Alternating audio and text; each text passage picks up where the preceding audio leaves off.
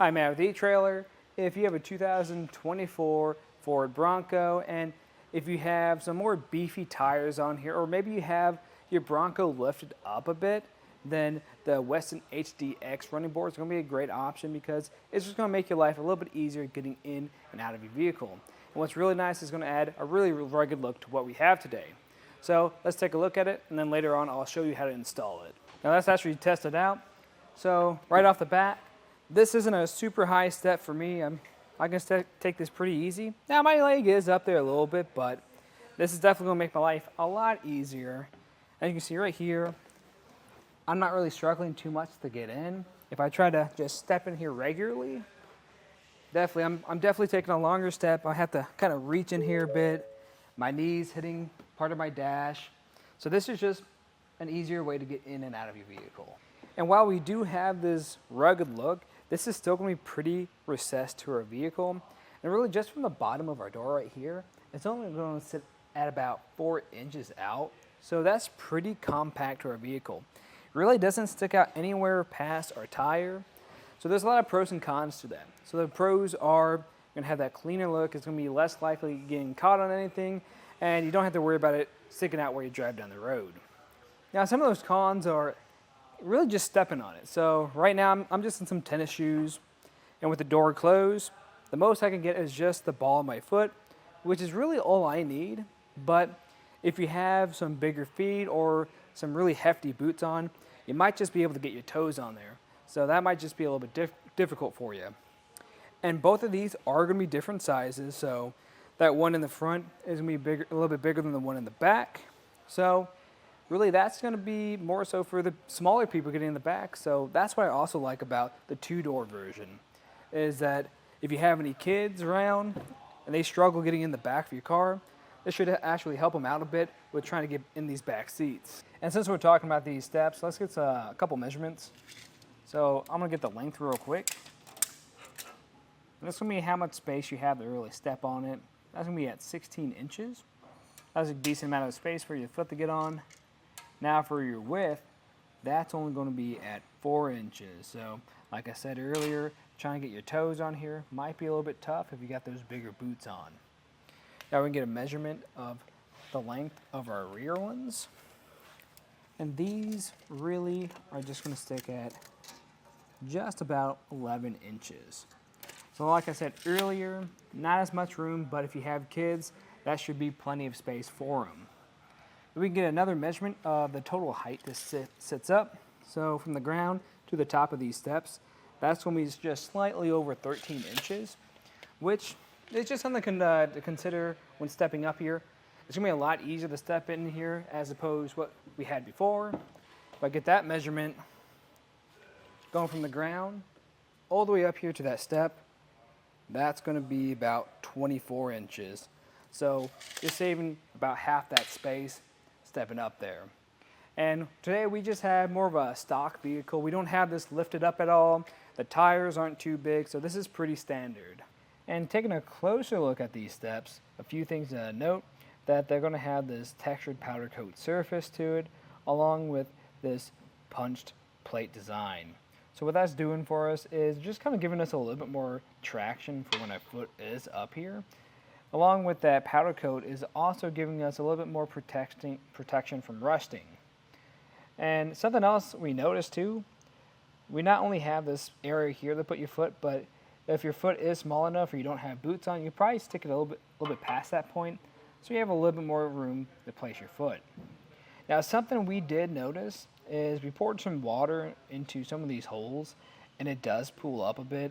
And if you're maybe on those lighter rainy days, that water doesn't really have anywhere to go, it could pool up there for a long time and make it more prone to rusting. So while that powder coat will protect these, it won't be able to protect it forever if you have water just pooling in here.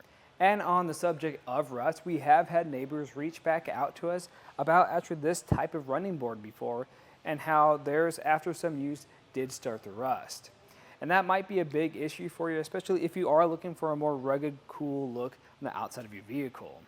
Now, if that is an issue, I'd recommend checking out either an aluminum option or a stainless steel option.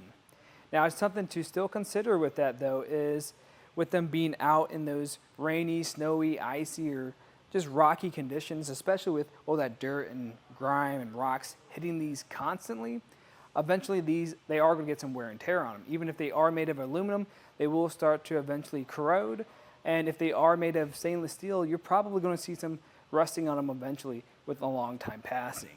But I do like the way these do feel, and they do feel pretty strong. So to really show you what I mean, I'm a bigger guy, and even with me stepping in here, putting my weight on it, you expect it not to really move, but even when I really kind of put some weight in here and really bounce on it, I really don't feel it shifting really at all. And that's something really important, especially if you are a bigger person or you constantly are getting in and out of here. You want something that's going to perform well the entire time you use it. And the way this is going to secure to your vehicle is we're going to have that running board that bolts up into place using some existing holes. And we're just going to have 3 brackets that uses a few bolts, and that's going to connect to your rocker panel. And speaking of the installation, what I do like about it is it's not going to require any drilling. You won't have to do any really major modifications or any trimming at all. Now, something to think about is when you're putting these on, that you're going to face a lot of tight spots, and the instructions are a little bit lacking on how to deal with that. Now, we installed both of these, and we found a few tricks and tips to kind of deal with that. So if you are curious to see what that looks like, just stay tuned. We'll walk you through the process. To start off the installation, I like to lay everything out. And you probably noticed too that I only have one set out here, and that's because I already installed the passenger side, because it's going to be the same process for either one. Now, what I'm going to have in front of me now is going to be the running board itself, and then I'm going to have all the hardware. So I'm going to have all the brackets. I like to organize mine beforehand, so I'm going to have the front, center, and back. I like to keep in this orientation so I don't lose track of where they go. And then I'm going to have the hardware all organized. I like to keep all my M8 hardware together, already put together with that M8 bolt, that lock washer, and flat washer. Same thing for your M10 hardware. And then I like to keep the sockets that I'm going to use with them. So right here I'm going to have my 16mm socket, and then I'm going to have my 13mm socket. Now for that 13mm socket, a lot of times you're going to find some really tight spots. So I like to grab a smaller one as well, along with a pretty small ratchet. And in some cases, you might even need just a standard wrench. And to make sure everything is torqued down correctly, I recommend grabbing a torque wrench. You can find one from one of your local hardware stores, or you can even rent one too. Now, if you have a 2-door version, this is going to be the same process. You're just going to have a few different things. And that's mainly just going to be the brackets that come with this. So instead of using three brackets, you're going to use 2 brackets, and one of them will be different. So you can actually find out how those will be oriented in your instructions. So we can start putting on our brackets, and just in case you got them mixed up, I'll just take it out again. So a good trick to figure out how these are going to attach, the 2 holes on the bottom, they're right next to each other. They're always going to be facing out, because that's how a running board is going to attach. And for the front one, you know, this is going to be different, because we're going to have this slot cut out from the bottom side, and that's going to be in the center. And we're going to have this longer hole at the top. It's pretty much just going to grab on or attach to the bottom of your vehicle like this. Now, to show you exactly where this is going to install, you're going to have 2 holes on your rocker panel, and you might have some N10 bolts that are already installed. I didn't have any in this installation, but you might. If you do, just take some of your 16mm sockets and remove those. Once you have those off, then we can start putting this on. And I'm just going to grab my bracket and just line it up with those holes. Doesn't have to be perfect at this point. Then I'm going to grab my M10 hardware, making sure I got that lock washer and flat washer on there. And we're just going to loosely install this. We're just kind of getting this hand tight, or as tight as we can with our hands, and tighten down both of these. And this is going to be pretty much the same process for the rest of the brackets we have. Now, something that kind of tripped me up a little bit when I was installing the passenger side is these actually aren't mirrored from each other. They're the exact same bracket. So since they are the exact same bracket, they're kind of going to be reversed. So where we have this flat panel on this bracket, on the driver's side, that's going to be facing the front. On the passenger side, this flat part is going to be facing the back. And now I'm holding that center bracket and the rear bracket. As you can tell, there is a pretty clear difference. That center one is much larger. So make sure you get these in the right spots. Like I said, laying them out beforehand is going to help you a whole lot too. But the installation process for these are going to be the exact same as the front one. Now we're going to start to get our running board on our vehicle. First, I'm going to prep a few things. So first up, we want to make sure it's in the right orientation. So here at the very front of it, where it says HDX, I want that to be near the front of my vehicle. Once I've established that, I'm going to come to the back end of this, and I'm going to flip this around now. And we're going to find these holes on the back end, and this is going to be another way you can tell this apart from the other side, is on the back end, this is going to be the only place where we have these weld nuts that have a plate. The rest of them are going to be indented like this. But at this point, it's a good idea just to grab a wire brush and really try to clear out any debris that's in here. Maybe grab some penetrating oil, try to spray some in here if you're having any issues, and run some of these bolts in. And if they're going in there pretty good, you're on track. That's going to just save you a headache later on.